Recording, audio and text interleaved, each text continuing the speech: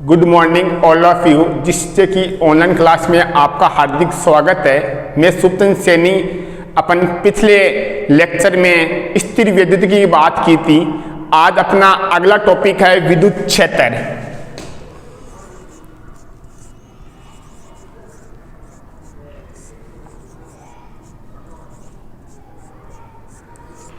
Electric field.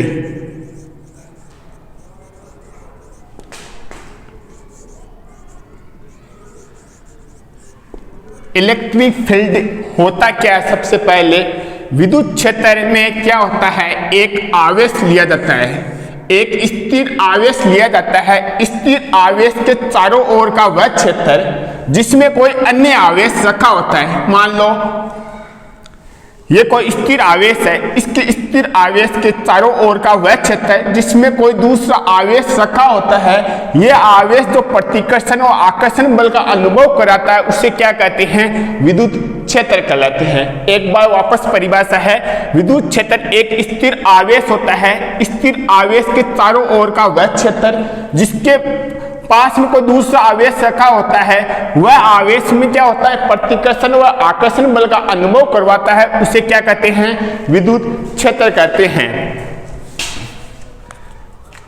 एक स्थिर आवेश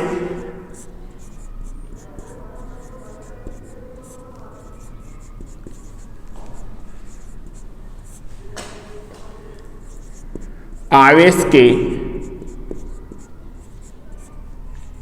चारों ओर का क्षेत्र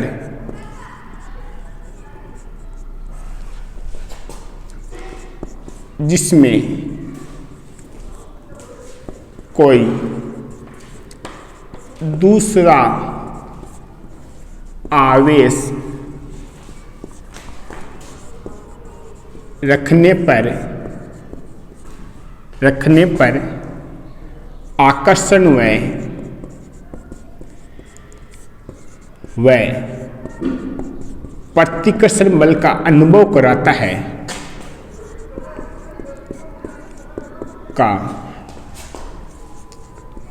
व प्रतिकर्षण बल का अनुभव कराता है उसे विद्युत क्षेत्र कहते हैं। विद्युत क्षेत्र में क्या होता है, एक स्थिर आवेश के चारों ओर का क्षेत्र जिसमें कोई दूसरा आवेश रखने पर आकर्षण व प्रतिकर्षण बल का अनुभव कराता है उसे क्या कहते हैं? विद्युत क्षेत्र कहते हैं। अगला अपना टॉपिक है विद्युत क्षेत्र की तीव्रता। विद्युत क्षेत्र की तीव्रता, इसे हम E से डिनोट करते हैं।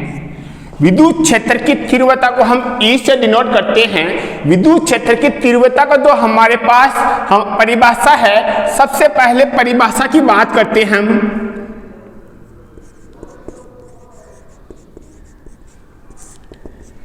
एकांक धनावेश पर जो हमारे पास लगने वाला कूलाम बल होता है, एकांक धनावेश पर लगने वाला कूलाम बल, उस पर क्या होता है, उस आवेश पर या उस बिंदु पर वह विद्युत क्षेत्र की तीव्रता के बराबर होता है। गणितीय रूप में हम इसकी परिभाषा की बात करें तो इसका फॉर्मूला होता है E बराबर F अपॉन Q नॉट।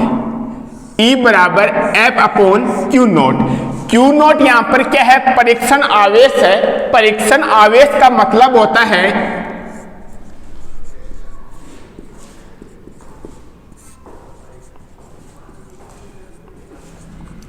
परीक्षण आवेश का मतलब होता है ये नगण्य के बराबर होता है। इस पर क्या होता है, यहाँ पर विद्युत क्षेत्र की तीव्रता की जो इस पर कोई परिवर्तन नहीं होना चाहिए। गणितीय रूप में इसकी परिभाषा होता है एकांक धनावेश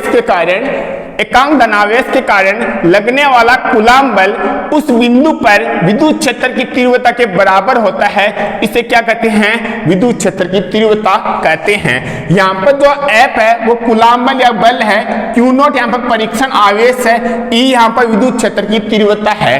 अगर हम इसको शुद्ध रूप में लिखना चाहिए तो वह हमारा होता है फॉर्मूला E बराबर limit Q not 0 F upon Q not. इसके बाद में विद्युत क्षेत्र की तीव्रता हमेशा सदिश राशि होती है। विद्युत क्षेत्र की तीव्रता क्या होती है? सदिश राशि होती है। विद्युत क्षेत्र की तीव्रता एक सदिश राशि होती है।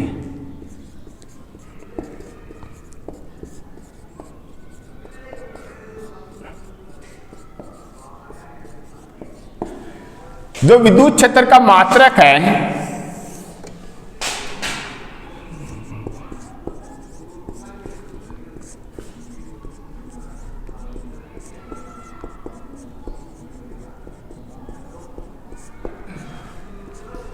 विद्युत क्षेत्र का जो मात्रक है अपना पास विद्युत क्षेत्र की तीव्रता है उस पर E बराबर F अपॉन Q नॉट है। तो विद्युत क्षेत्र की तीव्रता का मात्रक है ये, इसका फॉर्मूला होता है E बराबर F अपॉन Q नॉट। तो इसका मात्रक आएगा E बराबर F का मात्रक बल का मात्रक होता है न्यूटन और Q आवेश का मात्रक होता है कूलाम। तो हम कह सकते हैं विद्युत क्षेत्र की तीव्रता का मात्रक क्या होता है? न्यूटन अपॉन कूलाम होता है। और दूसरा मात्रक की बात करें वो होता है वोल्ट इंटू मीटर। दूसरा मात्रक तो क्या होता है? Volt into metre. और पहला मात्रक है वो होता है न्यूटन अपॉन कूलाम होता है। इसके बाद में विद्युत क्षेत्र की विमा।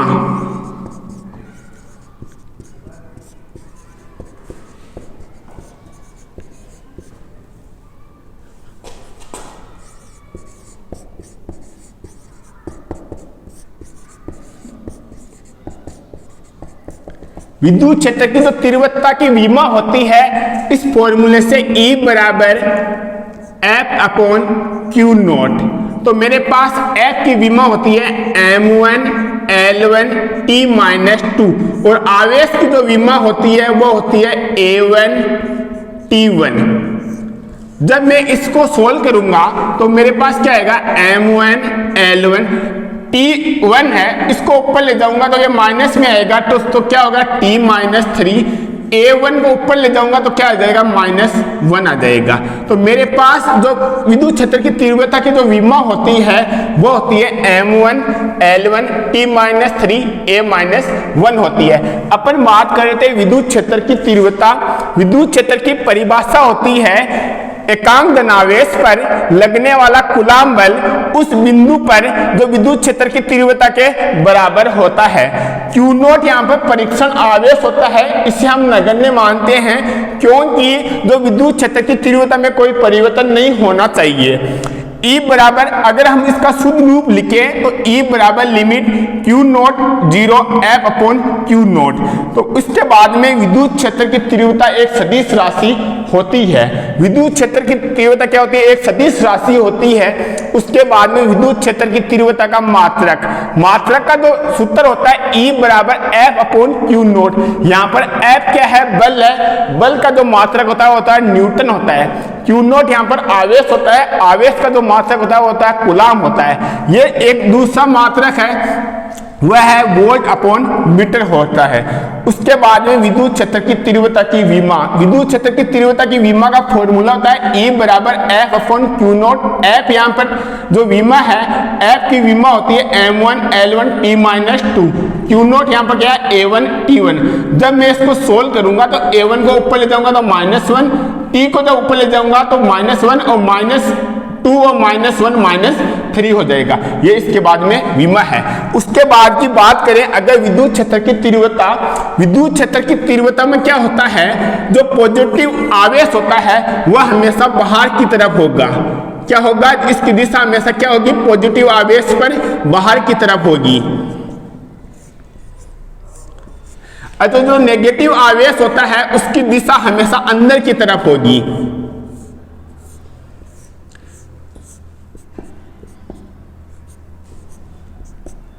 अपन कह सकते हैं विद्युत क्षेत्र की तीव्रता एक सदिश राशि होती है, उसकी दिशा हमेशा पॉजिटिव को तो बाहर की तरफ और नेगेटिव के अंदर की तरफ होगी।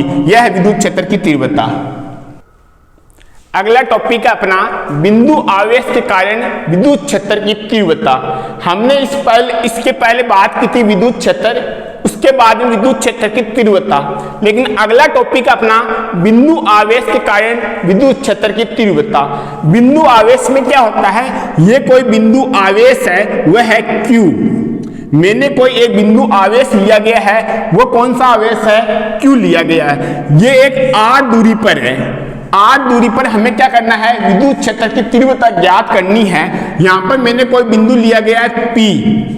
इस बिंदु पर जो Q0 है, आवेश लिया गया है, ये क्या है, परीक्षण आवेश है। मैंने क्या किया, बिंदु आवेश के कारण कोई बिंदु लिया Q, R दूरी पर कोई बिंदु है मेरे पास P पर क्या मैंने Q0 आवेश है, क्योंकि जो P पर मुझे क्या करना है, विद्युत क्षेत्र की तीव्रता ज्ञात करनी है। तो मैं क्या करूंगा, यहाँ पे जो पॉजिटिव आवेश होने के कारण, मान लिया मैंने ये पॉजिटिव आवेश है, पॉजिटिव आवेश के कारण इसका जो बल लगेगा वह बाहर की तरफ लगेगा।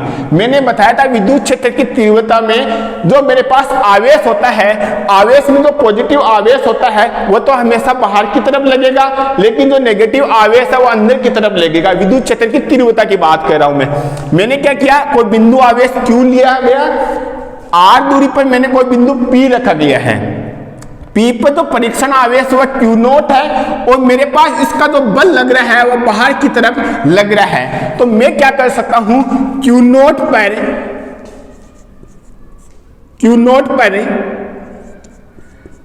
लगने वाला कूलाम बल, मैंने इससे पिछले वीडियो में बताया था कूलाम बल का फॉर्मूला बताया था, F बराबर 1/4 पाई epsilon not Q1 Q2 upon R square.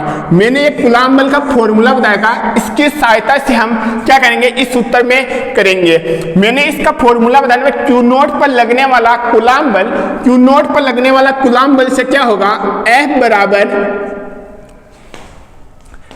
बराबर यहां पर देखना Q1 और Q2 है, लेकिन मैंने इस पर क्या किया, Q और Q0 माना आवेश, तो मेरे पास क्या आएगा, 1/4 पाई epsilon not Q0 upon R square. समीकरण नंबर 1 है मेरे पास। कैसे आया, मैंने कोई बिंदु आवेश Q लिया गया है, Q से R दूरी पर कोई बिंदु P रखा गया है। मैंने यहाँ पे मान लो P रखा है, P से क्या है, Q0 यहाँ पर परीक्षण आवेश होता है। परीक्षण आवेश का मतलब होता है उसके नगण्य मानेंगे, नगण्य मानने पर विद्युत क्षेत्र की तीव्रता पर कोई परिवर्तन नहीं होगा। प्लस अगर मैं यहाँ पर माइनस लेता तो अंदर की तरफ आता, लेकिन मैंने यहाँ पर प्लस लिया है तो मेरे पास जो बल है वो बाहर की तरफ लगेगा। बिंदु Q0 पर लगने वाला कूलाम बल है वह है F बराबर 1/4 पाई epsilon not Q0 upon R square. समीकरण नंबर 1 है। विद्युत क्षेत्र की तीव्रता की परिभाषा से विद्युत क्षेत्र की तीव्रता की परिभाषा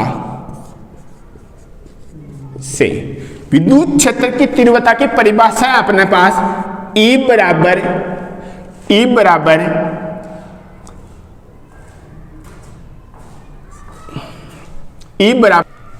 बराबर Q0 अपॉन Q0। समीकरण नंबर 2 है। मेरे पास सबसे पहले तो मेरे पास कूलाम बल का फॉर्मूला आया, F बराबर F/4 pi epsilon not Q0 upon R square. उसके बाद में विद्युत क्षेत्र की तीव्रता की परिभाषा है E बराबर F/Q0। समीकरण 1 का मान 2 में रखने पर मेरे पास देखो F की वैल्यू है F/4 pi epsilon not Q0 upon R square. ये जो F की वैल्यू है वो है समीकरण नंबर 2 में पुट करूंगा तो E बराबर 1/4 पाई epsilon not Q0 upon Q0। मेरे पास वैल्यू है क्यू नॉट अपॉन क्यू है। तो मेरे पास ये समीकरण नंबर है, ये कैंसिल हो गया। तो मेरे पास क्या बची, यहां से आर स्क्वायर मेरे पास बचा है अभी। तो मेरे पास क्या बचा, Q upon 4 pi epsilon naught R square. ये क्या है, विद्युत क्षेत्र, बिंदु आवेश के कारण विद्युत क्षेत्र की तीव्रता का फॉर्मूला है। मैं इस समीकरण को क्या लिख सकता हूं, यह समीकरण है विद्युत क्षेत्र की तीव्रता विकर्मानुपात 1 अपॉन आर स्क्वायर है। कई बार एग्जाम में पूछा गया है V विकर्मानुपाती 1 अपॉन आर स्क्वायर। इसका फॉर्मूला होता है, इसका जो ग्राफ बनाते हैं, अगर मैं E व R के मध्य ग्राफ खींचूं, अगर मैं E व R के मध्य ग्राफ खींचूं तो इसका जो ग्राफ आएगा वो इस प्रकार आएगा। अगर मैं E व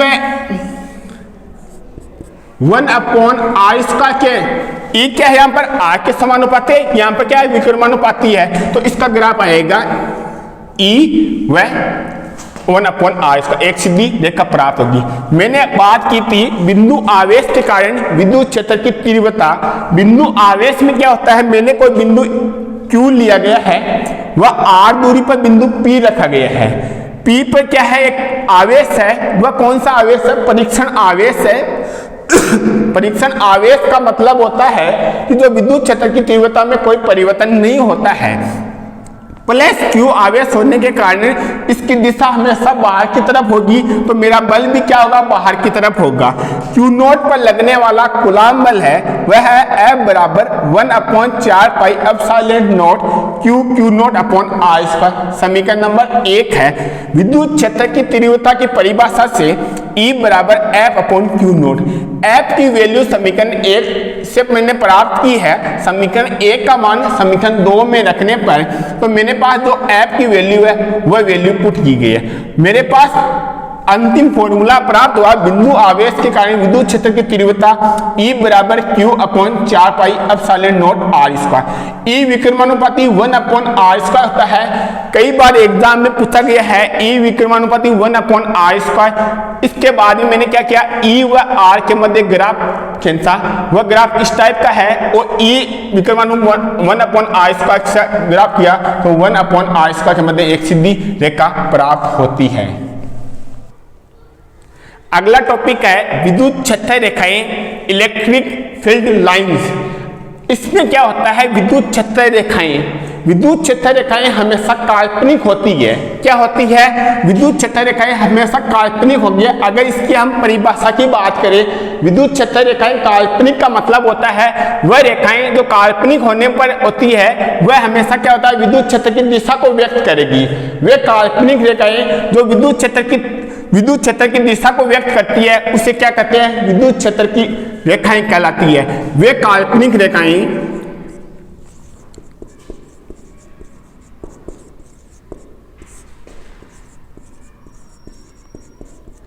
जो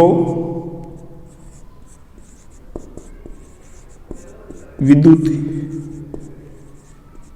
क्षेत्र की दिशा को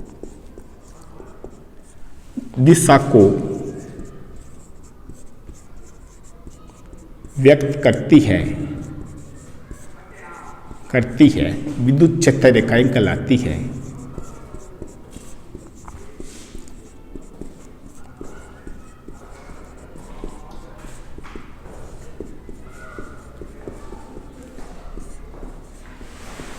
इसकी क्या परिभाषा है, वे काल्पनिक रेखाएं जो विद्युत क्षेत्र की दिशा को व्यक्त करती है विद्युत क्षेत्र रेखाएं कहलाती है। उसके बाद में क्या होता है, विद्युत क्षेत्र रेखाओं की विशेषता या गुण की बात करते हैं। किसकी बात करते हैं, गुण की बात करते हैं। कई बार एग्जाम में पूछी हुई है गुण, आईबीएसई बोर्ड में इंपॉर्टेंट है। इसमें क्या होता है, विशेषता या गुण की बात करते हैं। सबसे पहली जो विशेषता होती है वह क्या होती है, विद्युत क्षेत्र रेखाएं हमेशा क्या होती है, काल्पनिक होती है। क्या होती है, विद्युत क्षेत्र रेखाएं हमेशा क्या होती है, काल्पनिक होती है। दूसरी अगर विशेषता की या गुण की बात करते हैं, इसमें क्या होती है, विद्युत क्षेत्र रेखाएं हमेशा क्या होते हैं, पॉजिटिव से पॉजिटिव से तो स्टार्ट होती है और नेगेटिव पर उसका क्या होता है, अंत होता है। मैं क्या बात कर सकता हूं कि विद्युत क्षेत्र रेखाएं पॉजिटिव से तो बाहर निकलती है और नेगेटिव पर क्या होती है, समाप्त होती है। क्या होता है, पॉजिटिव से तो बाहर निकलती है और नेगेटिव पर समाप्त होती है। यह हमेशा क्या होती है, सतत माध्यम से होती है। क्या होती है, सतत माध्यम से होती है, वो कभी टूटती नहीं है, बीच में कभी टूटती नहीं है। तीसरी प्रॉपर्टी की बात करें हम तो इसमें क्या होती है, विद्युत क्षेत्र रेखाएं हमेशा क्या होती है, धनात्मक से तो क्या निकलती है, बाहर की तरफ होती है।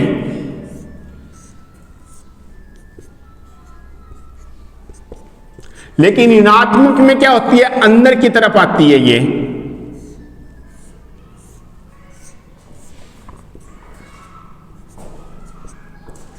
चौथी हम प्रॉपर्टी की बात करें, इसमें क्या होती है, विद्युत क्षेत्र रेखाएं धनात्मक से क्या होती है, शुरुआत होती है और अनंत में जाती है।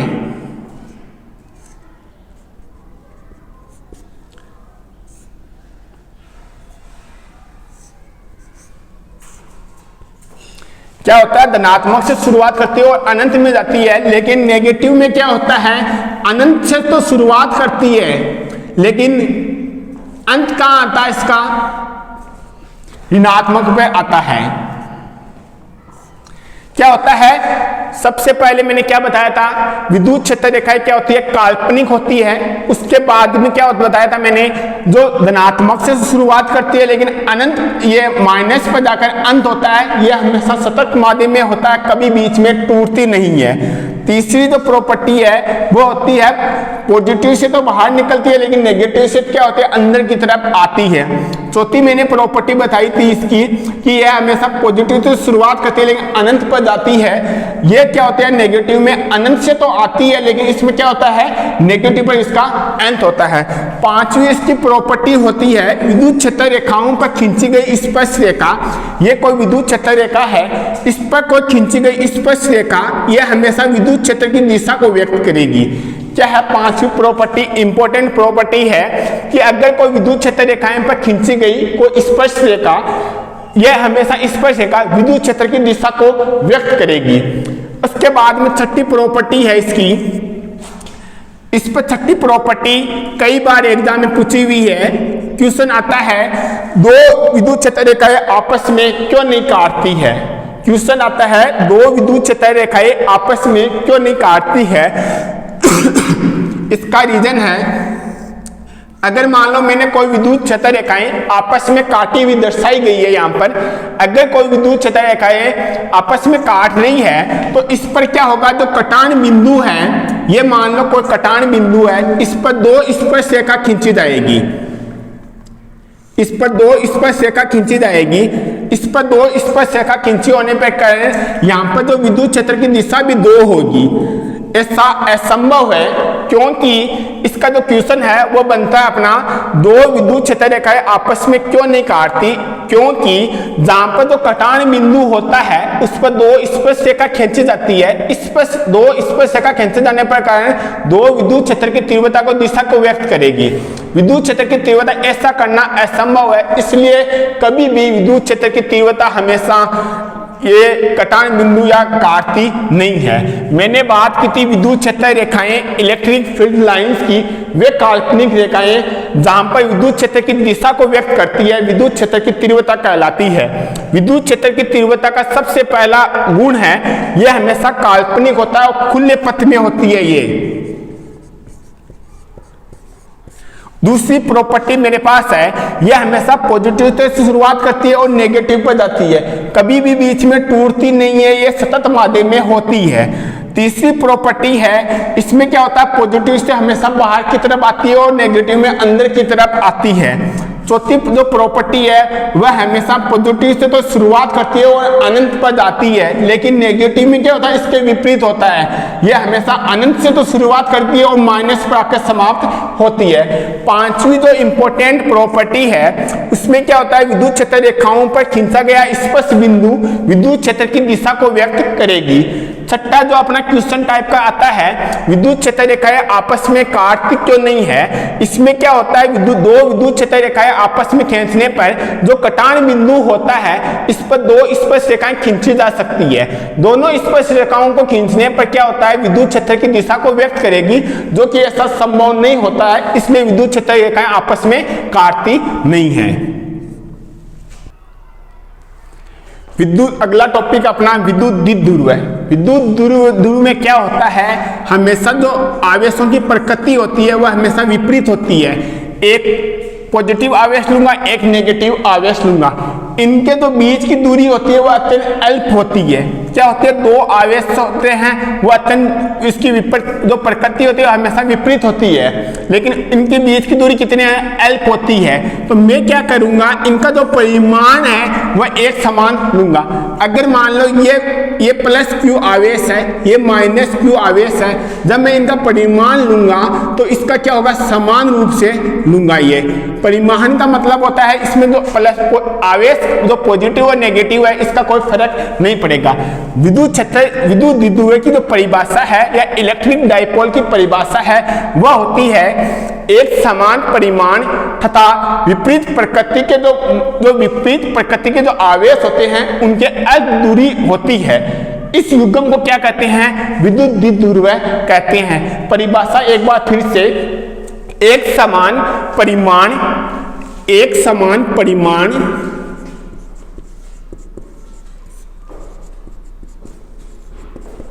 तथा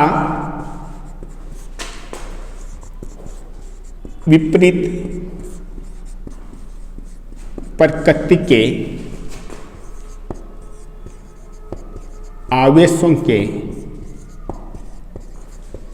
मध्य की दूरी अति अल्प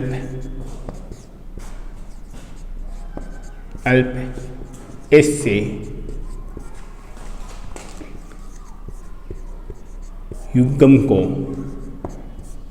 युग्म को विद्युत द्विध्रुव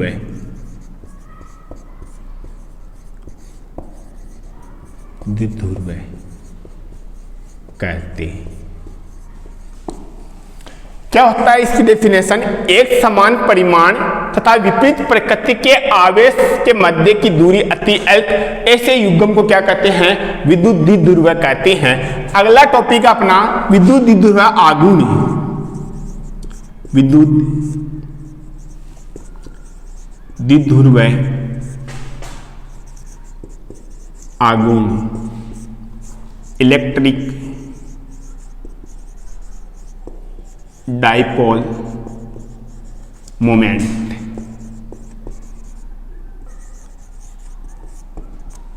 इसमें क्या होता है, विद्युत द्विध्रुव आघूर्ण में इसमें क्या होता है, हमेशा विद्युत द्विध्रुव आघूर्ण में जो मेरे पास जो इनका आवेश होता है, इनमें क्या होता है, परिमाण में आवेश होता है और उनके बीच की दूरी, मेरे पास क्या दो आवेश है, इनका जो मेरे पास plus minus q plus q है, इनके बीच की दूरी कितनी होती है, 2a होती है। इनका जो मध्य बिंदु होता है वह है O मान लिया मैंने, ये A है, ये A है। विद्युत द्विध्रुव आघूर्ण होता है, उनमें क्या होता है, दो आवेश होते हैं। एक आवेश में क्या होता है, जो परिमाण में लिया जाता है, उनके बीच की दूरी कितनी होती है, 2a होती है। और तो मेरे पास बिंदु O है, वह इसका केंद्र बिंदु है। माइनस Q से O के बीच में a दूरी व O से प्लस Q के बीच में a दूरी है। विद्युत द्विध्रुव आघूर्ण की परिभाषा होती है, विद्युत द्विध्रुव पर जो एक आवेश का परिमाण तथा उनके बीच की दूरी, दोनों आवेशों के बीच की दूरी का गुणनफल क्या कहलाता है, विद्युत द्विध्रुव आघूर्ण होता है। इससे हम किससे डिनोट करते हैं, छोटा p से डिनोट करते हैं। इसका फॉर्मूला होता है p बराबर q इंटू 2a।